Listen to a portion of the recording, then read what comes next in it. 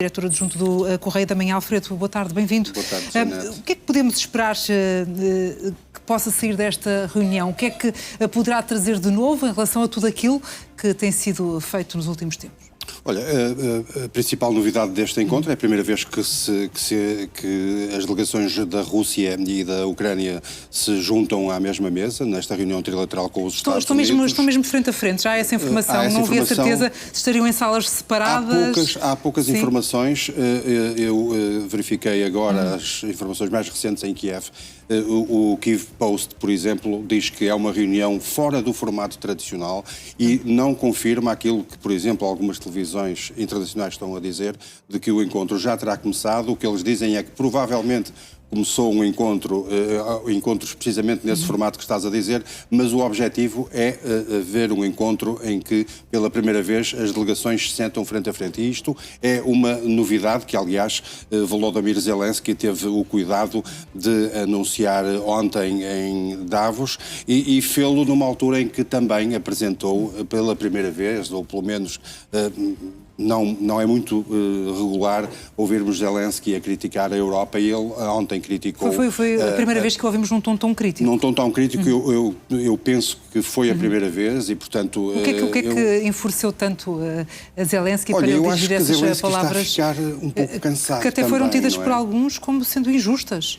Injustas porque, de facto, se alguém tem apoiado a Ucrânia é a Europa. Mas, na verdade, e nós já falamos aqui disso, quando se fala na Ucrânia com as pessoas na rua, elas verbalizam um pouco isto que Zelensky ontem disse, que é a Europa, sim, sempre esteve connosco, mas muito mais em palavras e muito menos em atos. E, neste momento, o que se passa é que a Ucrânia precisa de muito mais do que palavras e muito mais do que declarações de circunstância dos dirigentes europeus, tendo em conta que, enfim, não se sabe, mas adivinha-se o que é que pode ou o que é que não pode contar dos Estados Unidos e, portanto, eu acho que Zelensky quis marcar aqui uma posição ao dizer que os dirigentes europeus têm que organizar a sua defesa e, enfim, embarcou também um pouco nisto. Pode ser mal interpretado, porque isto foi na sequência de uma reunião que manteve à porta fechada, mas também, sem grandes informações saídas de lá com Donald Trump em Davos. Mas também foi um bocadinho no contexto deste boom noticioso relativamente à Groenlândia, onde de facto a Europa se uniu um pouco mais e fez no fundo fez abortar aquelas que seriam as intenções de Donald Trump para o território dinamarquês e talvez por isso Volodymyr Zelensky tenha falado desta forma, porque por um lado em 4 anos de guerra que vamos enfim cumprir no próximo mês nunca houve uma posição assim tão firme e em relação à Groenlândia houve. É evidente que não é a mesma coisa, a Groenlândia é um território de um país NATO, mas eu penso que foi exatamente isso que aconteceu. Agora, o que está a ser noticiado, por exemplo, pelo Financial Times, eles dizem que tanto Washington como Kiev, se chegarem a esse frente a frente esperado com os delegados, enfim, de Putin, o que eles vão propor é um cessar-fogo limitado. Ou seja, isto não é... Poderá significar, isto poderá significar que, na prática, os russos param os bombardeamentos, nomeadamente às infraestruturas energéticas da Ucrânia, que estão a deixar a Ucrânia sem aquecimento, sem eletricidade, muitas cidades sem sequer abastecimento de água e, por outro lado, e isto numa altura em que as temperaturas estão muito baixas na generalidade do território ucraniano, e os ucranianos estão a passar um dos piores invernos, não mesmo o pior inverno, desde o início da guerra em 2022 e, portanto, eu acho que essa é um dos objetivos da Ucrânia, mas, por outro lado, nesta proposta conjunta, a Ucrânia também se compromete a parar os ataques que tem efetuado, nomeadamente a refinarias e a petroleiros russos. E, portanto, eu diria que, por outras palavras, o que se está aqui a propor é um alívio mútuo, um alívio às condições muito difíceis de vida dos ucranianos, E, por outro lado, um alívio à parte económica da Rússia, que também está a perder muito com este tipo de ataques que Zelensky insiste em fazer de forma cirúrgica. Como sabemos, ao contrário dos russos, os russos atacam essencialmente infraestruturas civis. A Ucrânia não tem feito isso na Rússia e, portanto, seria aqui um compromisso em que os dois ganhavam. Se isso vai sequer ser discutido ou não, para já ainda não sabemos. Parece que esta reunião fora do tal formato habitual, como diz o assessor de comunicação de Zelensky, ainda não começou. Vamos esperar para ver. Há pouca aguardar a ver informação se haverá reações. Donald Trump, se houver novidades, também não tardará a divulgá-las, como já o conhecemos. E, Donald Trump, ele que ontem também mudou, apresentou-se com uma nova postura no que diz respeito à Groenlândia, em Davos. Ele que recuou na questão das tarifas, abriu aqui uma janela para negociações. Na tua opinião, isto acontece porque também a Europa mudou a estratégia? A primeira questão. E segundo, é se a Europa pode respirar de alívio ou tem que se manter naturalmente vigilante, conhecendo como já conhece Trump? Olha, o discurso que nós ouvimos ontem de Trump, um discurso em que os autoelogios foram uma constante, este narcisismo que eu ontem lhe chamei de narcisismo quase patológico, foi exposto ali de uma forma muito clara perante uma plateia de líderes mundiais e de decisores mundiais, de empresários, tudo isto.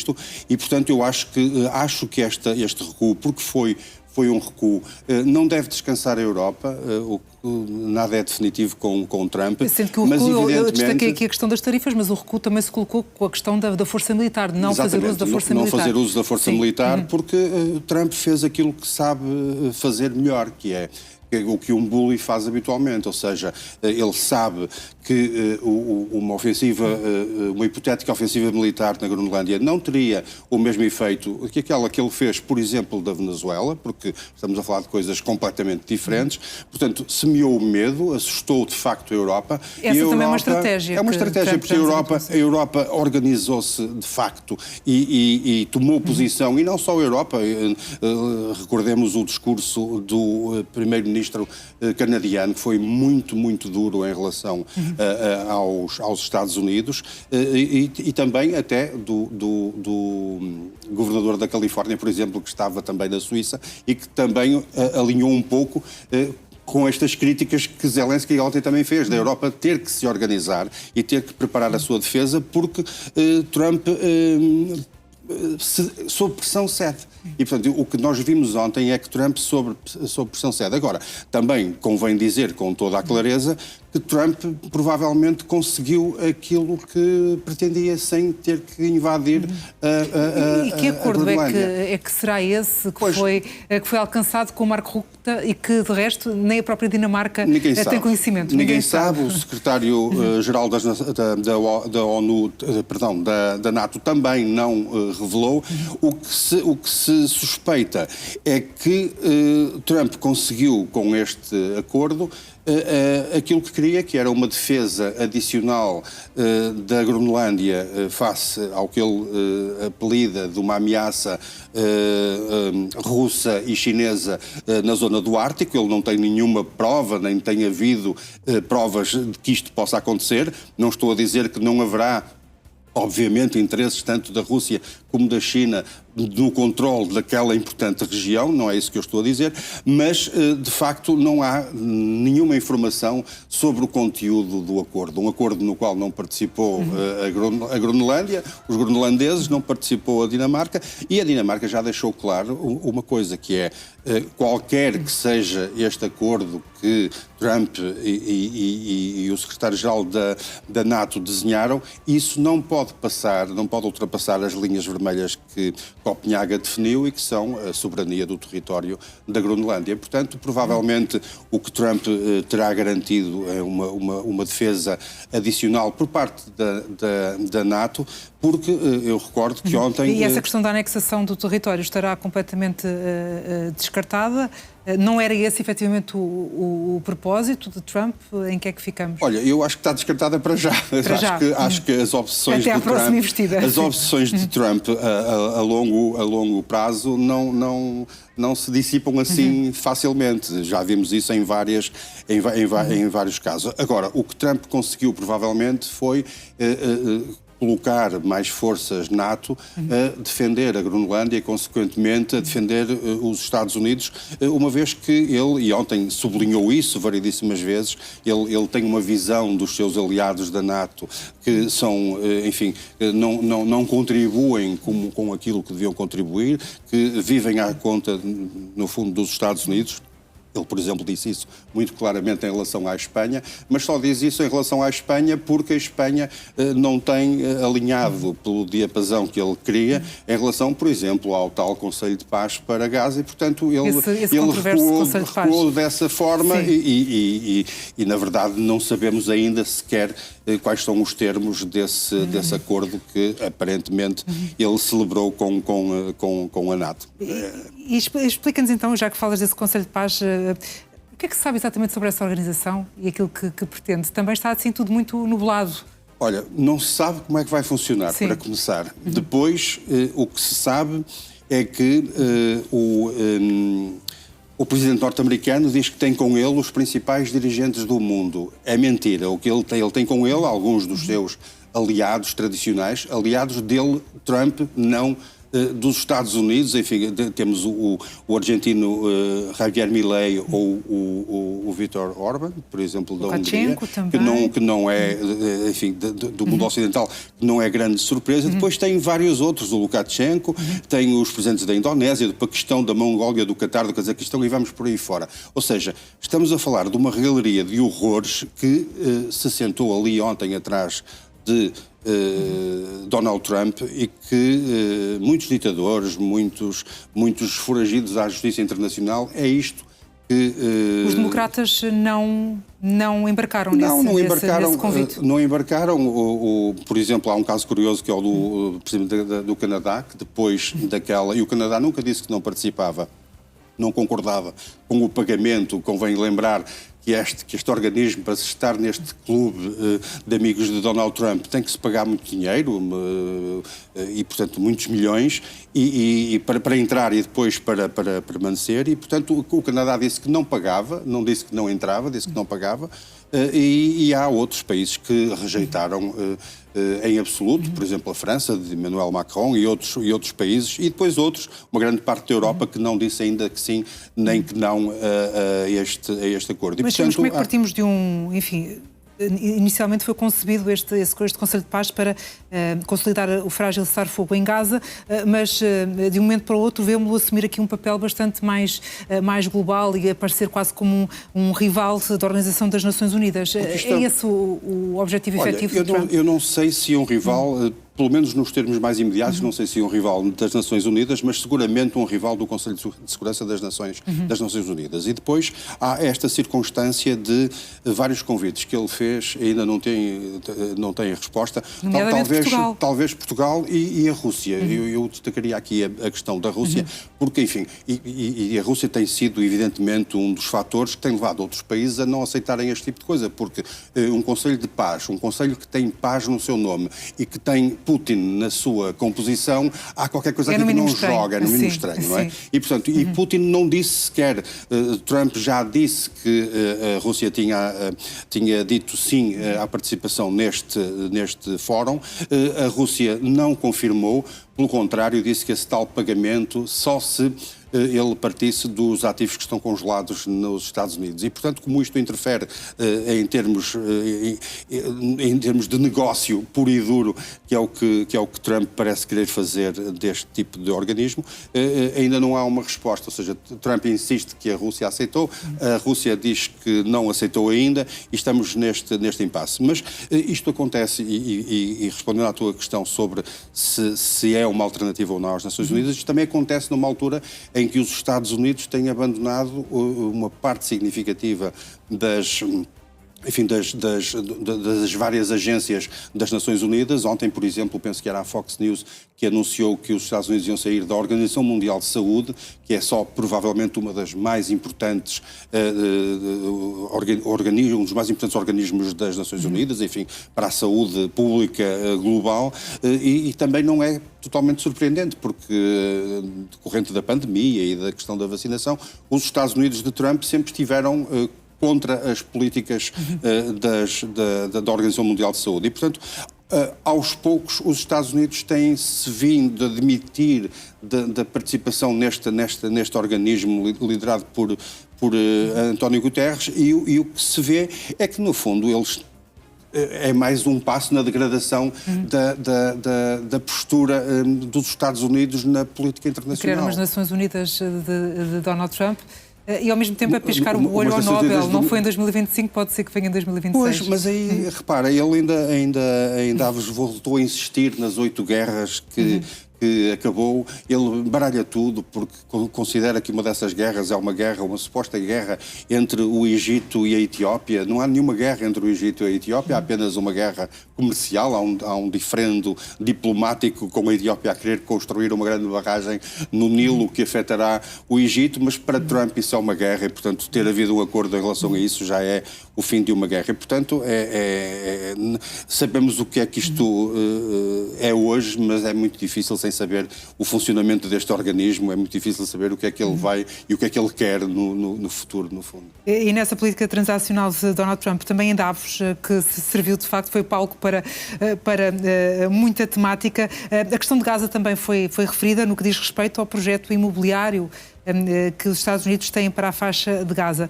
O que é que se sabe de novo, além daquelas imagens que Donald Trump aqui há uns meses já tinha divulgado, com aquele ouro, a Gaza pintada de ouro? Essa é aquela questão, sim. Ou seja, por isso é que quando achamos que a Groenlândia é um assunto já encerrado, convém não encerrar já, porque também pensávamos que Donald Trump já tinha desistido dessa ideia mirabolante de construir ali uma riviera. Agora parece que não é uma riviera, enfim, é outro tipo de cidade, mas o que resulta disto tudo é que, no fundo, este Conselho para a Paz em Gaza mais se confunde com uma agência imobiliária promovida por Trump e pelo seu círculo mais próximo, nomeadamente pelo seu genro. E, portanto, o que nós sabemos é que, na verdade, a guerra em Gaza nunca acabou, ou seja, não neste período, mesmo depois do acordo de cessar-fogo, o acordo de cessar-fogo é frágil, os combates continuaram, nós estivemos lá e reportamos sobre isso e sabemos que ainda há dias houve novo ataque em Gaza, morreram, por exemplo, 3 jornalistas que estavam a cobrir colaboradores até de meios internacionais, como a CBS ou a France Press. Morreram esses jornalistas, morreram não jornalistas.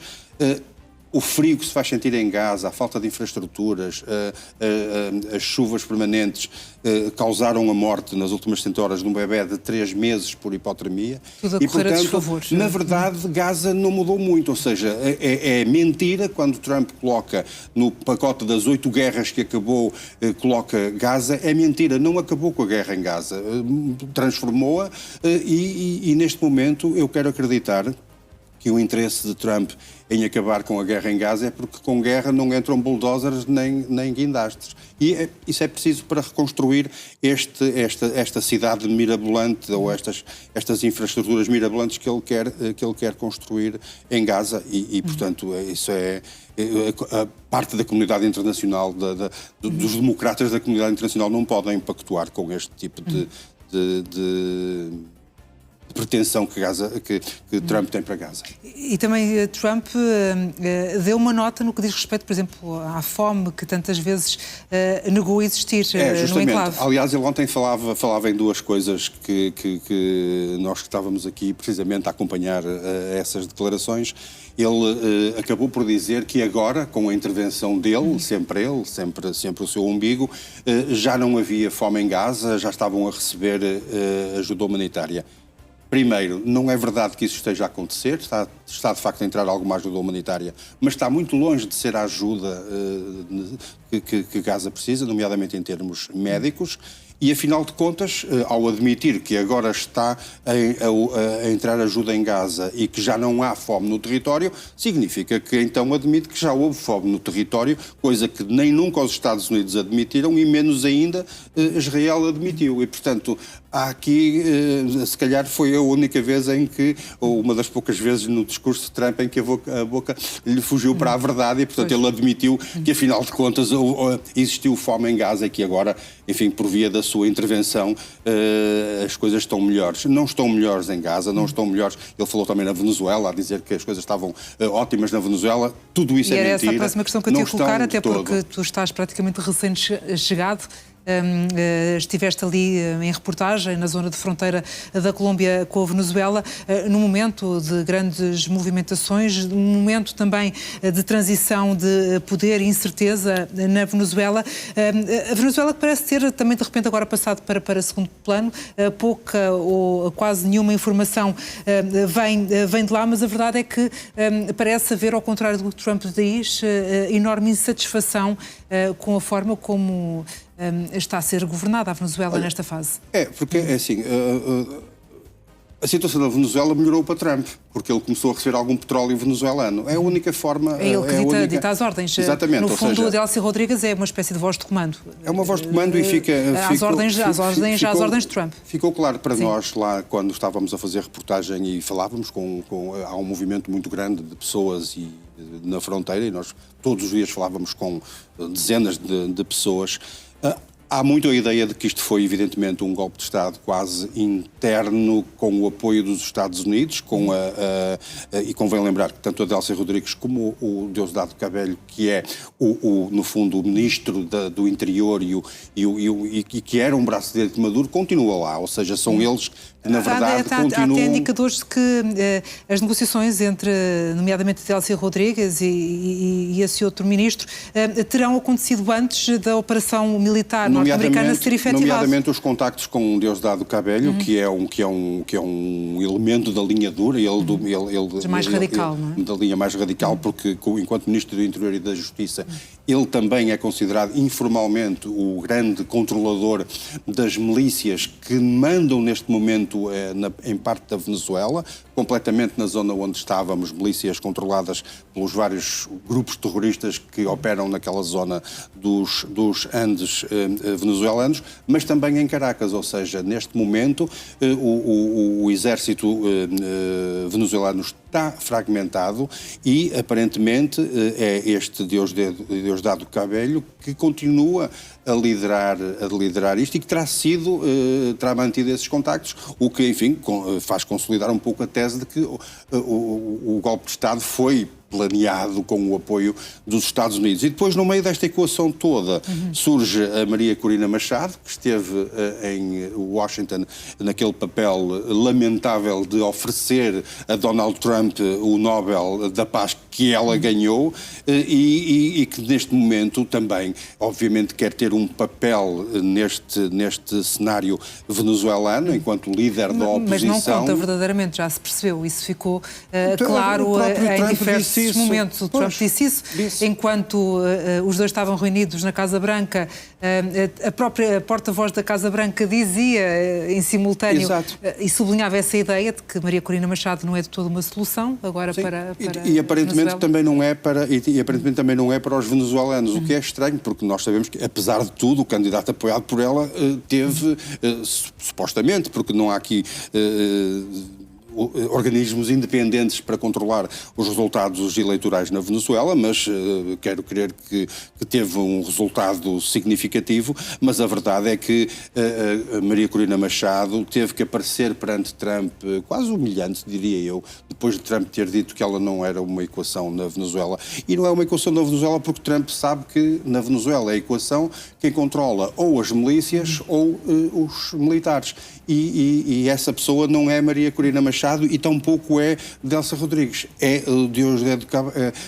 Diosdado Cabello, e por isso é que, sendo um elemento da linha dura de Nicolás Maduro e provavelmente tão mais responsável pelas circunstâncias em que chegou a Venezuela, em termos de narco-estado, de violação de direitos humanos. É ele, por exemplo, que controla as cadeias venezuelanas, onde, aliás, ainda estão presos políticos, não é? Tendo essa informação por base, que tipo de concertação de objetivos é que pode ter existido entre o Donald Trump e uma pessoa com essas características? Eu acho que o objetivo, no caso do Trump, foi evidentemente, não foi obviamente o controle do narcotráfico na Venezuela, sim, porque isso já todos percebemos que não.